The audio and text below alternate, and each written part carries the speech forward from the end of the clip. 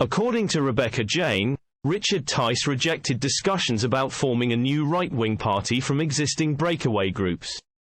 On GB News, the deputy leader of UKIP spoke with Philip Davies and Esther McVeigh on the political climate in the UK and the possibility of the formation of a single right-wing party to challenge the Conservative Party. She disclosed that all breakaway parties, with the exception of Richard Tice's Reform Party, had agreed to forge an amalgamation of the parties.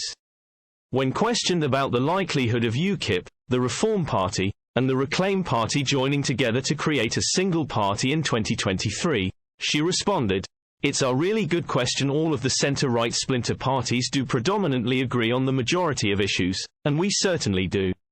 So I was only made deputy about 3 months ago, and my first job was actually to try and start creating this alliance. And thankfully, we are getting somewhere with this. And I'm pretty excited for January because we've got more to come. I will say that every splinter party has agreed to potentially talk about an amalgamation, with the exception of one. Richard Tice has directly refused to have the conversation, which is very unfortunate because we're being seen every single day. People are asking us to do this, to at least talk. Our point is, let's just have the conversation and see where we can go. So we have started having the conversations. There is a plan potentially being put in place as to how we can all come together. But yes, the country needs one."